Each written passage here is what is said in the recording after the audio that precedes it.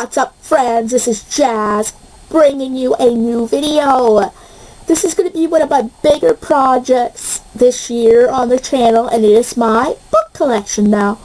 Just to give you a bit of a heads up, some books I'm going to try to do and not use my Canon camera because, it's easier that way. I should have thought to do it that way for some of them anyway, some of the harder ones.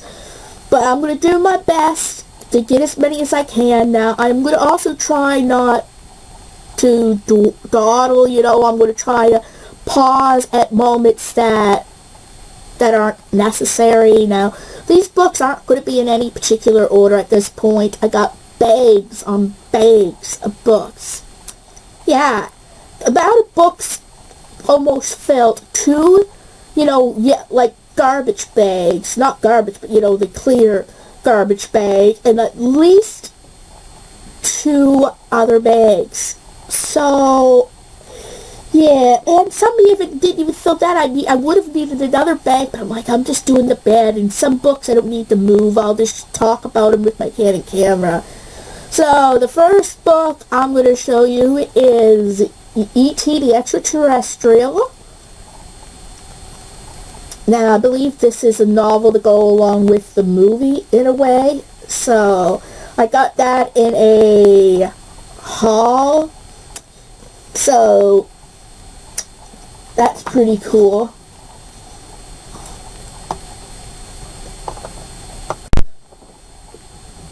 I got, let me see, The Secrets of Drune, The Hidden Stairs and the Magic Carpet. This is the first of the Secret of Drune series, which I gotta really start reading. I got The Secret of Drune, Journey to the Volcano Palace. Now, yeah, I'm making sure that I showed you that. I got The Secret of Drune and the Mysterious Islands.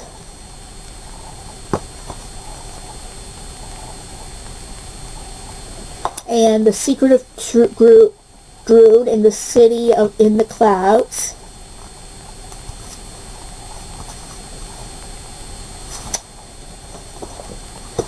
Now, I'm absolutely trying to do my best here with what I have. So, we got Roald Dahl, The Witches. I believe I got this at work, I believe. I do remember reading and enjoying this book, so maybe I can reread it again at some point. We got War Horses. I actually read this a couple of years back, and I went to see the movie of it, and I know I enjoyed that. It was one of the books that I enjoyed that was more on the fictional side of things.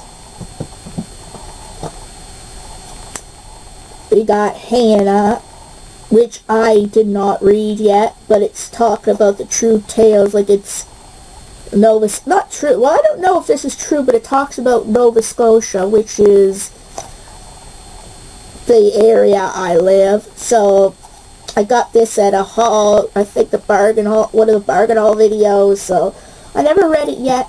I really should get to reading it. I got Pollyanna, the Great Illustrated Classics.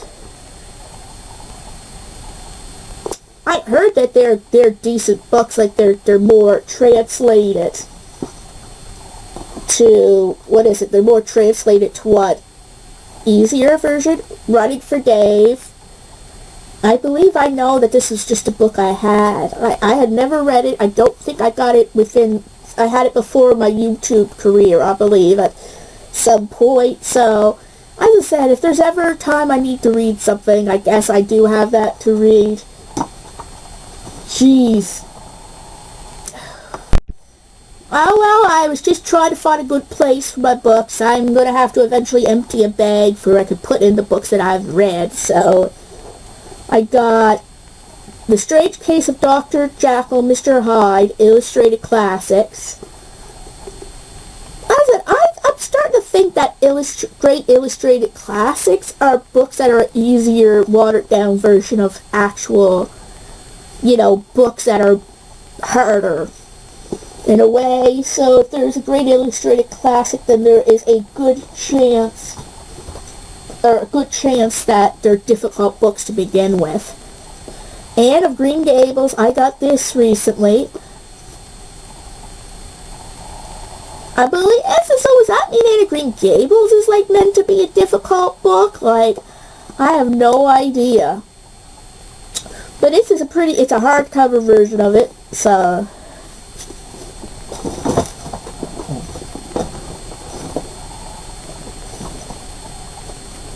The most recent one in my collection, 13 Reasons Why. You probably have seen the unboxing video, or my what I got January video, but this is a book I actually am looking forward to reading. So I might pick this up sooner than later, in a way. But I'm glad I added it to my collection. Where the Red Fern Grows. Guys, who remembers this in elementary school? It's one of the most heartbreaking books that I have ever read. Yes, even over Bridge to Terabithia.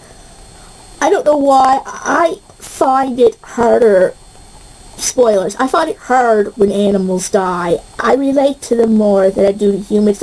If someone close to me had died, I'd be heartbroken. But even if they are a human, but it's one of those books that gives you the feels in a way. So, and the fact I haven't read this since elementary school, once I get back to reading that, I am definitely going to be probably stalling. And not that I don't like it, the book is well done. It's just kind of hard for me to, manage. Alright, the Series of Unfortunate Events, the Penultimate Peril, the 12th book in the series, which I'm on number 11 now, so this will be my next Lemony Snicket book that I read. So, oh guys, I'm looking forward to finishing that. The Lion, the Witch, and the Wardrobe. I haven't started this series yet, but I did collect it so I can read it when I'm finished the, Series of Unfortunate Events, which again is a few more books left, so it'll be a little bit anyway, but I am looking forward to reading this. Now, again, guys, these type of books, say number 2, this is actually the first one you should read in a series. I read the chronological order that you need to read them in, so this was the first one that the movie was based on, so. Story of Helen Keller. This is another interesting but difficult book to, at first, because the poor girl goes through so much, being blind and deaf, and Annie Sutherland did everything she could to help her, and she ended up helping her, but at first it is really difficult, because she's going through a hard time, that to such a point where she had, one thing is that the parents at first never tried to discipline her once she got this illness, which was a very young, 2 or so, a little bit better than 2, and they didn't think she could understand discipline. So if she was screaming or hitting, they would give her what she wanted. They would do things the way the best way they could handle her. And Annie opened up the world for Helen, that she could understand, she could communicate. She's not dumb. She just had no way to get that input, whether visually or auditory. It's amazing. It's one thing to show, it's also really good to show how far she came, and that those with disabilities aren't always, just because someone couldn't talk or hear, doesn't mean they're not there. They just don't really have the way to communicate what's on their mind. I mean, it's bad enough if you're either just blind or just deaf, but imagine being both and not being able to really talk because you couldn't hear yourself or you wouldn't know how to verbalize it. It kind of, I feel for her. And guys, obviously most of you know this is based on a true story. It's amazing how far she had come in her life. Winnie the Pooh by A.A. Milne. I got this at, was it Value Village, or was it at a church sale? I forget, but you guys have seen it in a bargain haul, I believe. I like Winnie the Pooh alright. Maybe I'd actually like reading the book. Like, I'm trying to get books that I think I might be interested in, because I'm trying to open my horizons a bit. I haven't got to this yet, but I am finding books that right now I like more, but eventually, someday, I will get to this. 20 years later, maybe, but I will get to this. Now, speaking of a book that I probably never will get to, okay, I probably will again eventually. The Call of the Wild. My gosh, guys, I had tried to read this, and this was... Ooh. We'll put it this way. Remember earlier I was talking about the great illustrated classics and how usually they are based on books that are difficult to begin with? This has a great illustrated classic, which, in other words, I got the hard version of it. But you know what? Maybe if I can eventually learn to enjoy this one, I might be able to read more. Same thing with another book we'll talk about later that I actually currently am on, which again was probably a mistake. Who knows?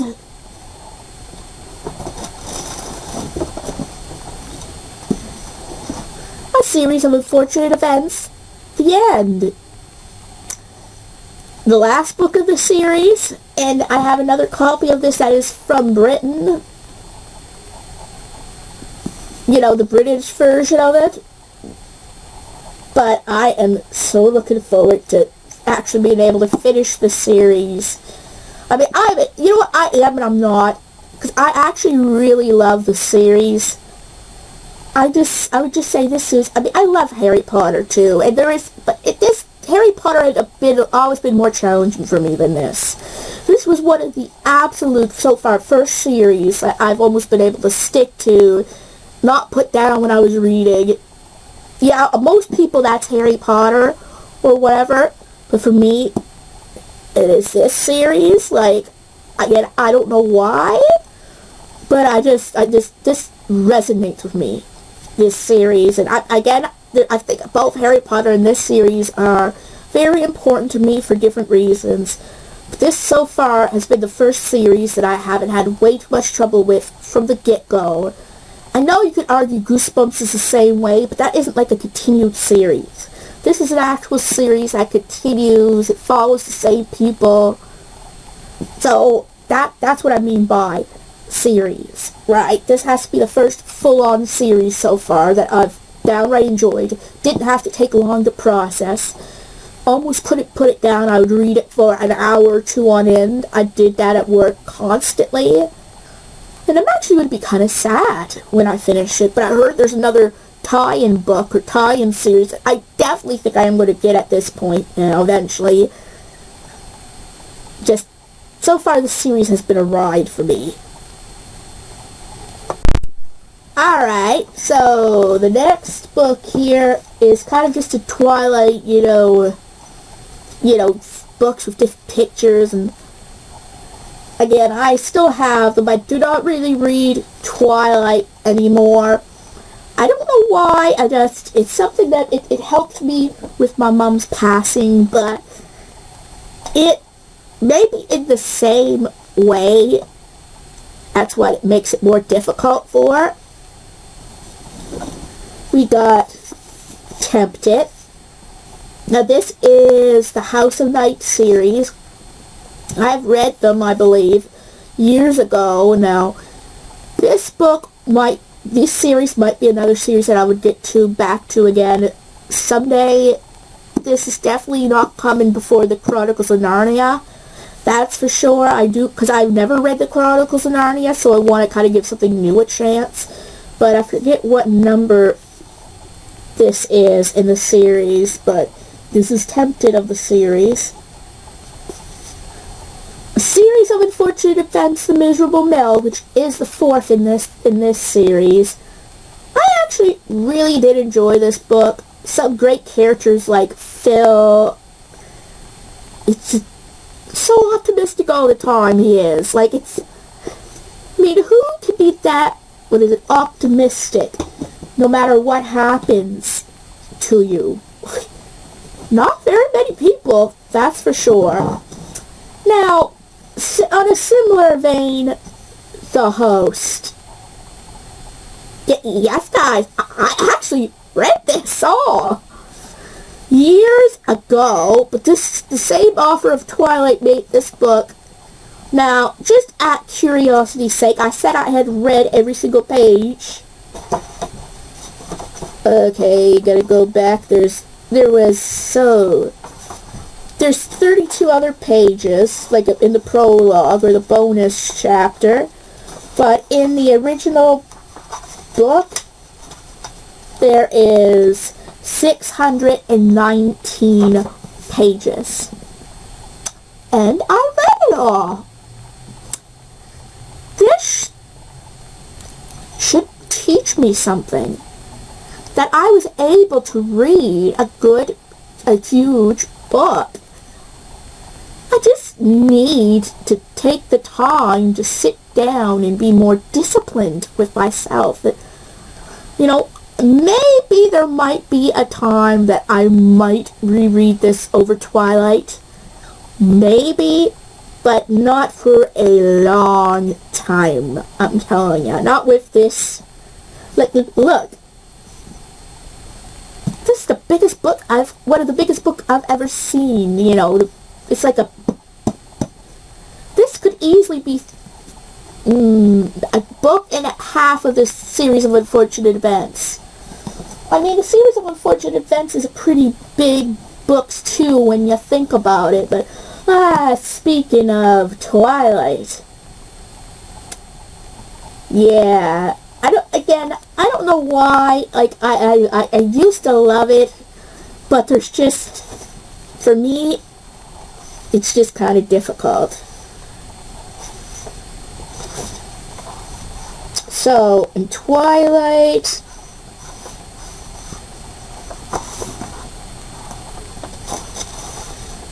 okay, this is the preface. I'm just curious, in Twilight there was 498 pages. So, it was a pretty big book, but not like the host by any means. Good, so we have the bad beginning. This is where it all started for me, guys, with this series. I got it at a bargain haul, and I thought I would try it. I had the first 3 or so of them, I think, and I loved it, and since reading it, I had to collect the series and to finish it.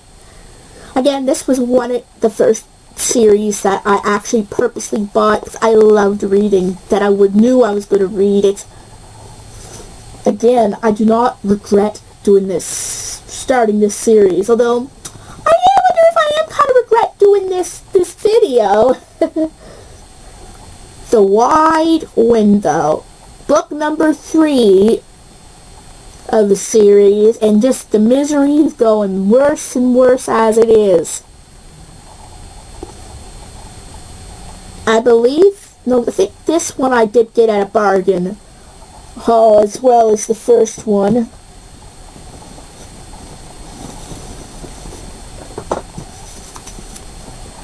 Harry Potter and the Goblet of Fire. Now, I do kind of have mixed feelings with this. Like, I admit that I actually read it. Like, this, I read it again, or reread it for the first time after, like, a long time, which was impressive that I actually finished it. Yeah, I know you readers are going to go, gas, look at the condition. I know, I'm sorry. I know people aren't happy about it. I did the best that I could here. Harry Potter and the Prisoner of Azkaban. Now guys, I gotta tell you, this has to be the last in the Harry Potter series so far that I haven't had trouble with. The first 3 books in the series for me are almost easy in a way. Well, this one, it starts to get a little teeny bit challenging, but the jump from this book to the Goblet of Fire is like, in so many ways. The first 3 are pretty consistent in challenge, but then 4 through 7, it's like, did you enjoy the first 3 books? Well, here, hope to never read the rest. Okay, I am planning to finish the series, guys, and now after reading a certain book again, eventually we'll get to later, you will see, for me, why it is so challenging.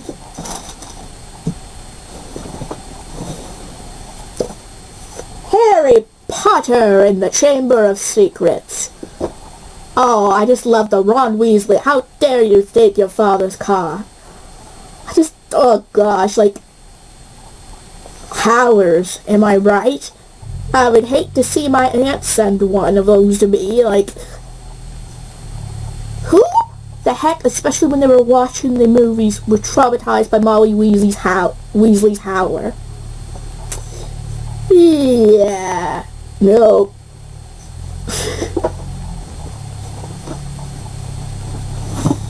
Yay! A series of unfortunate events to Slippery Slope. This was the latest one that I actually read, and again, loved. I'm on the 11th book now. There was a time I was only on the 2nd, so I'm doing very well. I almost eat this series right up in a way, pun intended, no pun intended. Honestly don't know. This is how many I've read over with you so far, so I'm gonna have to figure something out, and of course, Eclipse. Now, I will say that out of every book so far, how do I put it? So far in the series, I think this one, if I had to say that I even sorta liked, was this one. Out of the whole series, this one's my favorite, because it doesn't have so many, let's say I always did like the Cullens for the most part, particularly Jasper and Dr. Cullen. This one is heavily Jasper promoted, right? Because he's the one who helps with the newborn army, and he tells his story, so this has more Jasper-centered, content, where the other ones, either it's mostly all on Edward and Bella and the meeting, or the Cullens leaving in New Moon, and in Breaking Dawn, all that bigger conflicts going on, and Alice and Jasper leave, and all this. Plus it has different point of views, like Jacob and all that, which is confusing to me. This has to be the most consistent one in the series for me, that I actually would probably read. Then again, you have to read the rest to kind of understand it, so, yeah.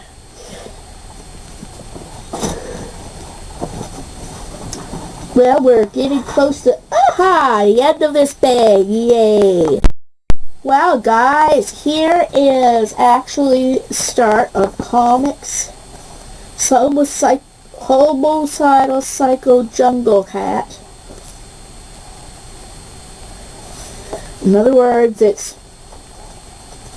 pretty much comics there. We have Baby Blues number 33. Gross.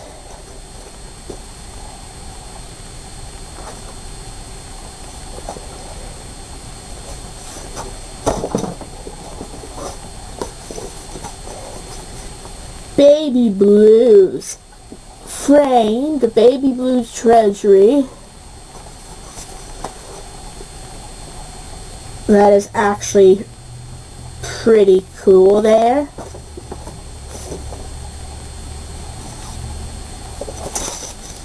Calvin and Hobbes, the 10th anniversary book by Bill Watterson. I read this and I actually really like this book right here. Now, let's talk about the book that I am currently having trouble with, that I was saying similar to Call of the Wild, and that in some way, Watership Down. Now, similar, but in some ways a little easier than Call of the Wild, but it is a book that requires, a lot of my processing ability. I'm doing better. I'm able to read 2 to 5 pages now, almost no problems at a time. But even then, sometimes I gotta stop and I gotta think, okay, what did that mean? Like, they use a lot of language, like Lapun or Lapin, that he researched rabbits doing this. So it is kind of difficult because they see things differently than humans do, and how they describe things are different than it would be for a human. Which, again, surprisingly, 13 Reasons Why is easier than this. Like, when I first read a few pages of that book, I was curious just to see the challenge level. I'm like, oh my, you know what I mean. I can understand it. Like, to my aunt. I'm like, I did actually understand it without processing it. Guys, for that, it's a win for me. This one, it takes me, like, at least a couple minutes to understand what I'm reading, and I'm not saying that I can't understand anything in it. I can. It's just, I can't fully understand the descriptive language. Like, when they describe a scenery, or if they talk about, like, there's a lot of words, a lot of plants, a lot of, what they eat and different things, so they describe everything in a way, and I can understand the basic concept of what I'm reading. Like, okay, they're traveling to this area. Oh, okay, they're making a warren. Oh, like, I understand the basis of it. But in some ways, it's harder for me to fully enjoy the book the way it's meant to be enjoyed for those who can't understand everything that Richard Adams is describing here. And that's one thing I'll give Twilight credit for. You understood what they were saying in the fantasy, even in their fantasy world. Now, guys, is this a bad? No, it's supposed to be a really good book. A lot of people like it. This is more my problem, that I don't understand the way it's written, in a way, and that I misjudged the challenge a little bit. But I'm pushing myself. I'm at 155, 56 right now of 470, which does look bad, but look, I'm that far in it, so I just need to give it more of a shot and sit down and actually read it, and then go to the analysis things on, was it letter or forget what site it is, just to fully understand if I grasped it. So again, guys, I do want to finish reading this. I'm doing my best to go and read it, but I have more in between books than I ever had in my life with this book. Heck, I think I might start using that Harry Potter book as an in-between book. Yes, the one I originally had a challenge with. Because this makes it look easy. Yeah, this makes that Harry Potter and the Half-Blood Prince look easy. So, yeah, take that as you will. I wouldn't recommend this for readers who have problem with processing, especially younger readers. Because, especially not younger readers with some of the description in this book. But I do like it, and I like the characters. Like, I can relate not relate, but I can, what is the best word? I like the characters, right? It's just, the book is a bit challenging, is all. Speaking of Harry Potter and the Half-Blood Prince, this there is my gold page, and this is where I'm at. So I'm doing pretty well. I'm 300 pages or 50 or so pages in, so I'm doing alright.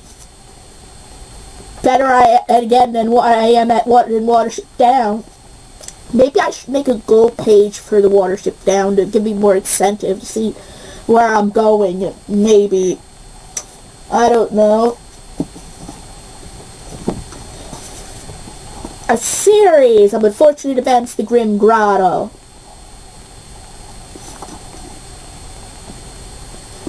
I'm just curious. I am that far in, I believe, which is page 96. So I'm doing alright. As I said, I could probably read a lot more of this than I am, but I am sort of trying to hold this off for work because it's a lot easier for me to process. And I don't want to start too many other books before finishing Watership Down at this point, so I try to use Watership Down more as a home book, which is probably why I'm having trouble reading it. I should just try reading it again at work. But that's just how it is. Book 11, so I'm 3, well technically 2.5 books away from finishing the series. And I'm excited and I'm looking forward to it. Well guys, I figured that this video is already quite long as it is. So as of now, I'm going to do a part 2 of this series. So if you're looking forward to the second part, give it a big thumbs up. And if you're new to this channel and like what you see, please subscribe. It helps this channel a lot. And don't forget to hit the bell notification so you know when new videos are coming out. And I'll see you guys in my next video.